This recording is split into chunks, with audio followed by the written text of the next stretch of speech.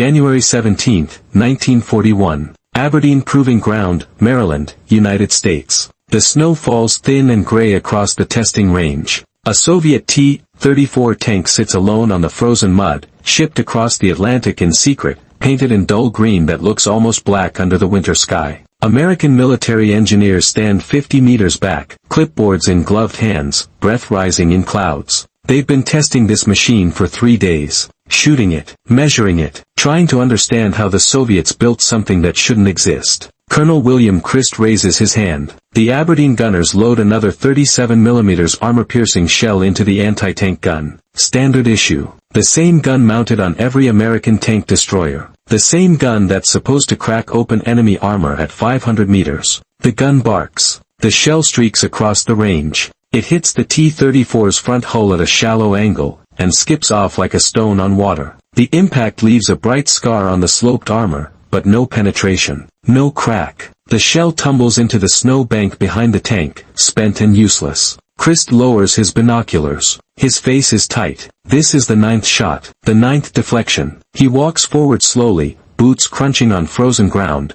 and places his hand flat against the T-34's glassy plate. The metal is cold, angled back at nearly 60 degrees from vertical. Not thick, just 45 millimeters. Thinner than the armor on some American tanks. But the angle makes it behave like 90 millimeters. Someone behind him mutters, "How the hell did the Russians figure this out?" Christ doesn't answer. Because the truth, still classified, still being investigated by Allied intelligence, is that the Soviets almost didn't. The sloped armor that would define tank design for the next 80 years, the innovation that would save tens of thousands of lives and change armored warfare forever, came from a mistake. A wrench slipping in the hands of a teenager who didn't even know what ballistics meant. In 1939, tank armor was a simple math problem. If you wanted to stop a bullet, you made the steel thicker. A 30mm plate stopped small caliber rounds. A 50mm plate stopped medium guns. Anything bigger required even more steel. The equation was direct: thickness equals protection. But thickness also meant weight. And weight meant slow. A British Matilda infantry tank carried 78mm of frontal armor and crawled across the battlefield at 25 km per hour, gulping fuel and breaking down constantly. German Panzer III's balanced speed and armor with 30mm plates,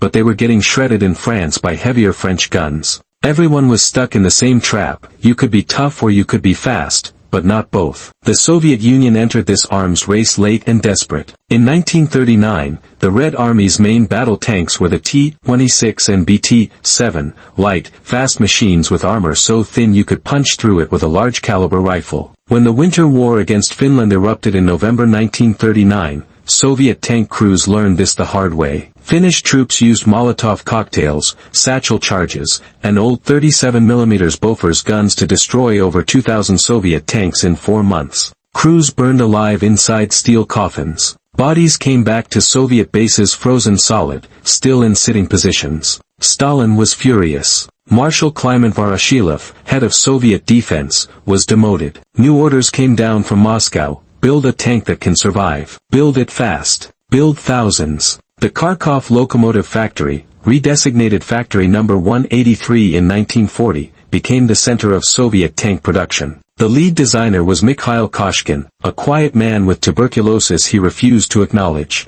Koshkin had been working on a new, medium tank concept since 1937, something faster than the heavy KV-1 but tougher than the light BT series. The result was the T-34, a machine built around 3 ideas: a powerful 76mm gun, a reliable diesel engine, and wide tracks for mobility. But the armor was still standard: vertical plates, flat surfaces. Engineers welded them at 90-degree angles because that's how every tank in the world was built. It was easy to manufacture, easy to replace in the field. The Mariupol Ilyich Steel Works could roll out flat plates by the hundreds. Angled plates required custom cutting, complex welding, more time. Time the Soviets didn't have. By mid-1940, Factory No. 183 was operating around the clock. The workforce had tripled in 6 months. Workers came from everywhere: Ukraine, Russia, Belarus, Central Asia. Most were young. Many were illiterate. They arrived on crowded trains, carrying cloth bundles and wooden suitcases,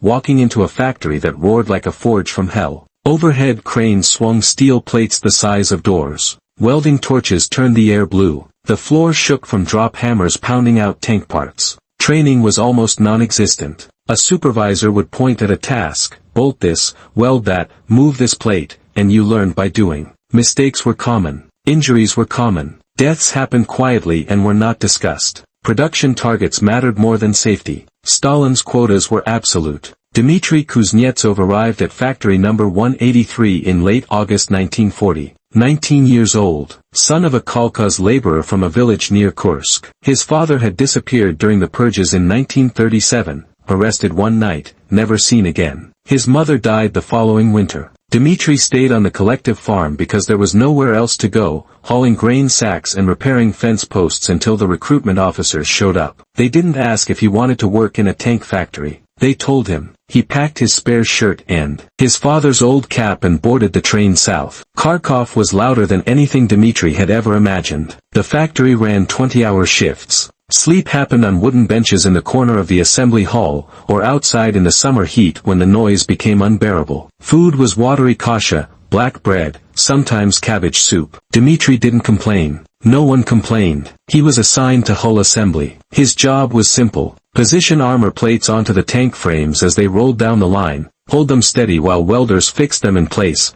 tighten bolts with a heavy iron wrench. The wrench weighed 8 kilograms. By the end of the first week, his hands were covered in blisters. By the end of the second week, they were calluses. Dmitry didn't talk much. He watched. He noticed which welds cracked under pressure, which bolts stripped, which plates fit cleanly and which ones had to be hammered into place. He couldn't read the blueprints. His schooling had stopped at age 12, but he understood the metal. He knew when something felt wrong. The engineers ignored him. He was just a body, one of hundreds, replaceable. In September 1940, the factory received new orders. Moscow wanted the T-34's armor improved without adding weight. Designers experimented with different steel alloys, different hardening processes. Engineers ran penetration tests in the back lot, firing captured German 37mm guns at prototype plates bolted to wooden frames. Most tests were disappointing. Thicker steel stopped shells, but made the tank too heavy. Lighter steel kept the speed but offered no protection. Alexander Morozov, Koshkin's deputy, was running the tests. Koshkin himself was bedridden now, coughing blood into handkerchiefs he tried to hide. Morozov was 32 years old, brilliant, and drowning in responsibility. On September 23, 1940, Dmitry Kuznetsov was working the late shift. The assembly line was moving slowly, one of the cranes had broken down earlier, and everything was backed up. A T-34 hull sat on the line, waiting for its frontal glassy plate. The plate hung from a chain hoist above Dmitry's station, swaying slightly. 400 kilograms of rolled steel, cut to specification, ready to be bolted flush against the vertical frame. Dmitry guided it into position. He wedged himself between the hull and the plate, holding it steady with one hand while reaching for the bolt holes with the other. The wrench was heavy. The bolt was cross-threaded, stubborn. He leaned his weight into it. The wrench slipped. His hand shot forward. The plate lurched backward on the chain, swinging away from the frame. It dropped several centimeters and tilted, maybe 35 degrees off vertical, before the chain caught and held it at an awkward angle. The plate slammed into the frame with a metallic clang that echoed across the floor. Dmitry's heart hammered. He expected yelling. Expected the supervisor to storm over and scream at him for damaging the hull. He braced himself. But the supervisor didn't move. Fyodor Petrov, a 40-year-old veteran of the factory, missing 2 fingers on his left hand from a welding accident, stood 5 meters away, cigarette frozen halfway to his lips. He was staring, not at Dmitry, at the plate, at the angle. Petrov dropped his cigarette. He walked over slowly, eyes narrowed. He crouched beside the hull and ran his hand along the edge where the tilted plate met the frame. Then he stood and looked at Dmitry. "Hold it there," Petrov said. "Don't move it." Dmitry's throat was dry. "It's wrong. I said don't move it." Petrov turned and walked quickly toward the engineering office at the far end of the hall. Dmitry stood there, hands still on the plate, confused and terrified. Around him, the factory kept moving. Welders sparked. Hammers rang. No one else noticed. 3 minutes later, Petrov returned. Alexander Morozov was with him. Morozov looked exhausted. His shirt was stained with oil. His hair stuck up at odd angles. He walked up to the hull without saying a word and stared at the angled plate for a long time. Then he pulled a steel tape measure from his pocket and measured the distance from the plate's surface to the vertical frame. He wrote numbers in a small notebook. He measured again, calculated something in his head. Finally, he looked at Petrov. "Get me a test frame. And a gun." The concept of sloped armor wasn't entirely new. French tank designer J. Walter Christie had experimented with angled plates in the 1930s. Some of his designs featured sloped hull sides, though still with vertical frontal armor. The Soviets had purchased Christie's suspension system and used it in their BT series tanks, but they'd never paid attention to the angles of his armor designs. The focus had always been on speed and firepower, not geometry. What Morozov understood in that moment, standing in the factory at midnight, staring at a misaligned plate, was something most tank designers had overlooked. Armor didn't just need to be thick, it needed to be smart. When a shell strikes a vertical plate, all of its kinetic energy focuses on a single point. The penetrator drives straight through, transferring maximum force into the smallest area. But when that same shell strikes an angled surface, the physics change. The effective thickness increases. A 45 mm plate angled at 60 degrees from vertical presents the same resistance as a 90 mm vertical plate. The shell's energy spreads across a larger surface area. And if the angle is steep enough, the shell doesn't penetrate at all, it deflects, glancing off like a skipped stone. Morozov had read the theory. He'd seen the equations in Soviet metallurgy journals. But no one had seriously tried to build a tank around it. The manufacturing challenges seemed too great. Angled plates required custom cutting. The welds were more complex. Internal space was reduced because the sloped hull took up more room. It was easier to just add more steel. But now, looking at this accidental angle, Morozov saw something different. He saw possibility. The next morning, Morozov ordered a test. Engineers built a wooden frame and mounted two armor plates side by side, one vertical, one angled at 35 degrees. Both plates were 45 mm thick, cut from the same steel batch. They hauled the frame to the proving ground behind the factory, a muddy field ringed by earthen berms where they tested weapons and armor away from civilian eyes. A captured German 37 mm PaK 36 anti-tank gun sat on a wooden platform 300 meters away. The same gun that had destroyed hundreds of Soviet tanks in Poland and Finland. Standard armor-piercing ammunition. Combat conditions. Morozov stood behind the gun crew, notebook in hand. Dmitry Kuznetsov stood farther back, brought along by Petrov without explanation. Dmitry had never seen a weapons test before. His hands were shoved in his pockets. His heart was still racing from yesterday's mistake. The gunner loaded, aimed at the vertical plate, fired. The shell punched through cleanly. It left a jagged hole the size of a fist, metal petals curled inward, the kind of penetration that would kill everyone inside a tank. Morozov walked forward and examined the damage. He wrote notes, said nothing. The gunner reloaded, aimed at the angled plate, fired. The shell hit, and skipped upward. It left a deep gouge in the steel, bright metal scarred and smoking, but no hole. The plate held. The shell tumbled end over end into the dirt 20 meters beyond the target. Morozov stood very still. Then he walked to the angled plate and put his hand on the impact site. The metal was hot. The scar was ugly, but it hadn't failed. He turned to the gun crew. Again, they fired 3 more times. 3 more deflections. One shell ricocheted so violently it buried itself in the earthen berm. Another left a crack along the weld line but didn't penetrate. The third skipped off cleanly, barely leaving a mark. Morozov filled 4 pages of his notebook. When the test ended, he walked back to the factory without speaking to anyone. Dmitry watched him go, unsure if he was in trouble or not. That night, Morozov didn't sleep. He sat in his office with a kerosene lamp, drafting new hull designs. He calculated angles, 30 degrees, 45 degrees, 60 degrees. He estimated weight savings. He sketched cross-sections, trying to figure out how to fit a crew inside a sloped hull without sacrificing space for ammunition or the turret ring. The math worked. A T-34 with sloped frontal armor could have the same protection as a tank with twice the steel thickness, but weigh several tons less. It could keep its speed, keep its mobility, and stop German guns that were shredding Soviet tanks across Europe. But there was a problem. Sloped armor meant redesigning the entire hull. The production line would have to stop. Retooling would take weeks, maybe months. And Stalin's deadline was absolute, 600 tanks by December. If production halted, heads would roll. Literally. Morozov needed approval. He needed Koshkin. Mikhail Koshkin was dying. Everyone knew it, but no one said it. He'd been coughing blood for months, losing weight, spending more time in bed than at his desk. The tuberculosis had spread to both lungs. Doctors told him to rest. He ignored them. The T-34 was his life's work. He would see it finished, even if it killed him. When Morozov came to his apartment the next morning, Koshkin was awake, propped up on pillows, reading design reports. His face was gray. His hands trembled when he held the papers. Morozov explained the test, showed him the numbers, sketched the new hull design on the back of an envelope. Koshkin listened without interrupting. When Morozov finished, Koshkin stared at the ceiling for a long time. Then he looked at Morozov and said, "How long to retool?" 3 weeks. Maybe 4. And if we don't, we keep building tanks the old way. Tanks that burn when the Germans shoot them.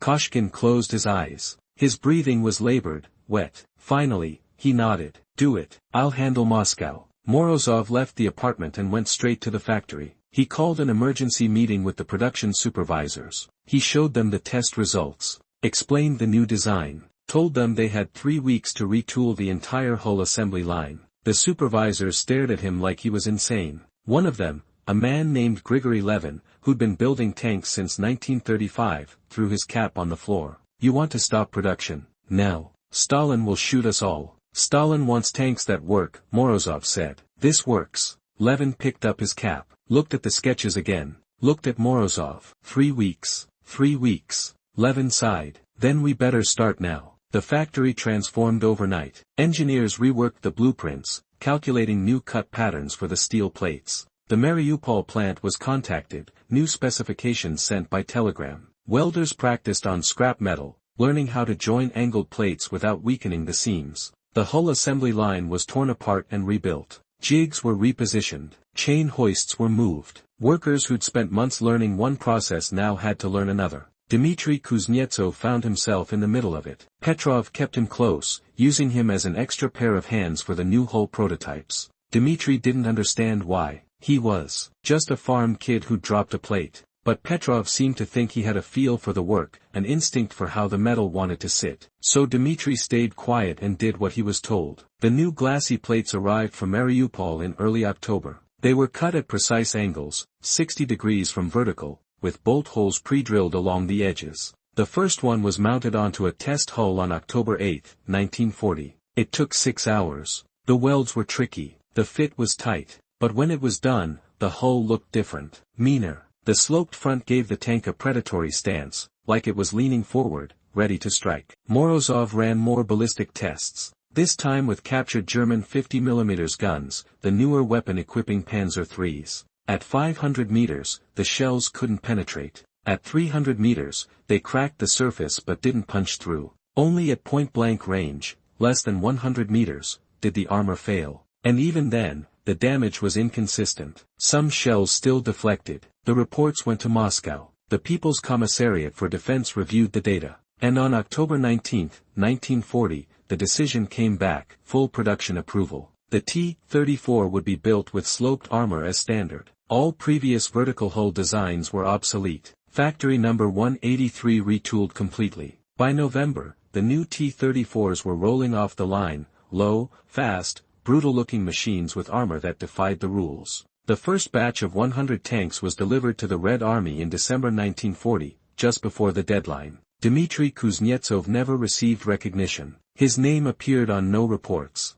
no medals, no commendations. He was a worker, one of thousands. Replaceable. He kept tightening bolts, lifting plates, doing his job. But Fyodor Petrov remembered. Years later, after the war, Petrov would tell the story to other workers over vodka in a Kharkov bar, how a farm kid with a slipping wrench accidentally discovered the angle that changed the war. Most people didn't believe him. It sounded too simple, too stupid. Great innovations didn't come from mistakes. They came from brilliant minds in laboratories, not factory floors. But Petrov knew the truth. And so did Morozov. When the German invasion came on June 22, 1941, the T-34s were waiting. Wehrmacht tank crews, accustomed to punching through Soviet armor with ease, suddenly found themselves facing machines they couldn't kill. Panzer III and IV guns bounced off the sloped hulls. Soldiers reported shooting T-34s 6, 7, 8 times with no effect. The Soviet tanks kept coming,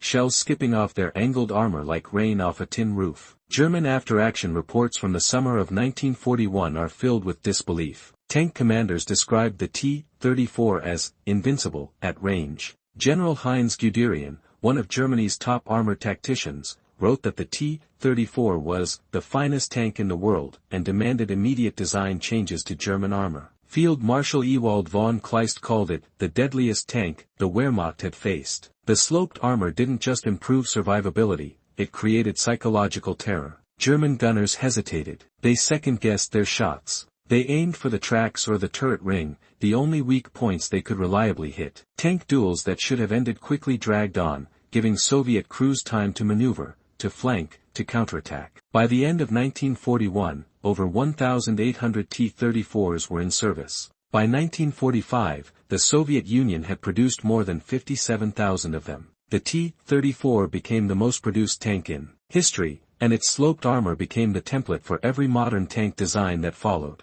After the war, American and British engineers studied captured T-34s extensively. The Aberdeen tests in 1941 were just the beginning. Metallurgists analyzed the steel. Ballistics experts measured the angles. Design teams reverse-engineered the hull. The lessons learned from the T-34 influenced the development of the American M26 Pershing, the British Centurion, and eventually the M48 Patton and M60 tanks. By the 1950s, every major tank in the world featured sloped armor. The vertical box design was dead. Soviet designers continued refining the concept. The T-44, T-54, T-55, and T-62 all used increasingly aggressive armor angles. The T-72, introduced in 1971, had a glassy plate sloped at 68 degrees, making it nearly immune to frontal hits from most NATO weapons of the era. Modern tanks like the Russian T-90 and American M1 Abrams still use sloped composite armor as a fundamental design principle.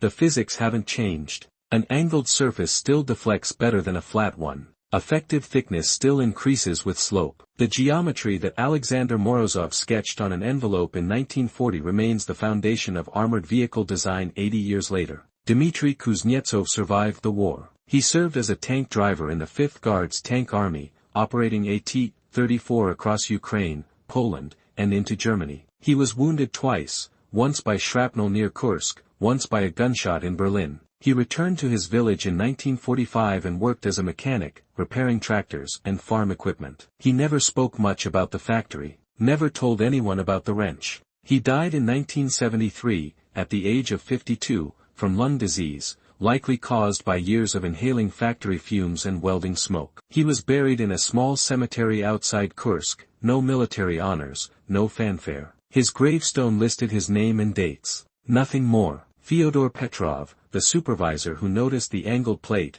lived until 1981. He retired from factory number 183 in 1965 after 25 years of service. He told the story of Dmitry and the wrench to several journalists in the 1970s, but none of them could confirm it. Soviet records were classified. Morozov, who might have verified the account, had died in 1979. Koshkin had passed away in 1940, just months after approving the sloped armor design, his tuberculosis finally consuming him. The story became legend, half-remembered, doubted. But the tanks remain. In museums across Russia and Eastern Europe, T-34s sit behind velvet ropes, their sloped armor still intact, still angled at 60 degrees. Visitors run their hands along the glassy plates, marveling at how thin the steel feels. 45 millimeters. Less than 2 inches. It doesn't seem like enough to stop a bullet, let alone a high-velocity armor-piercing shell. But the angle changes everything. In the end, the greatest innovation in tank armor came not from a university lab or a military think tank, but from a 19-year-old farm kid with a slipping wrench. He didn't invent sloped armor. He didn't calculate the ballistics. He didn't redesign the T-34.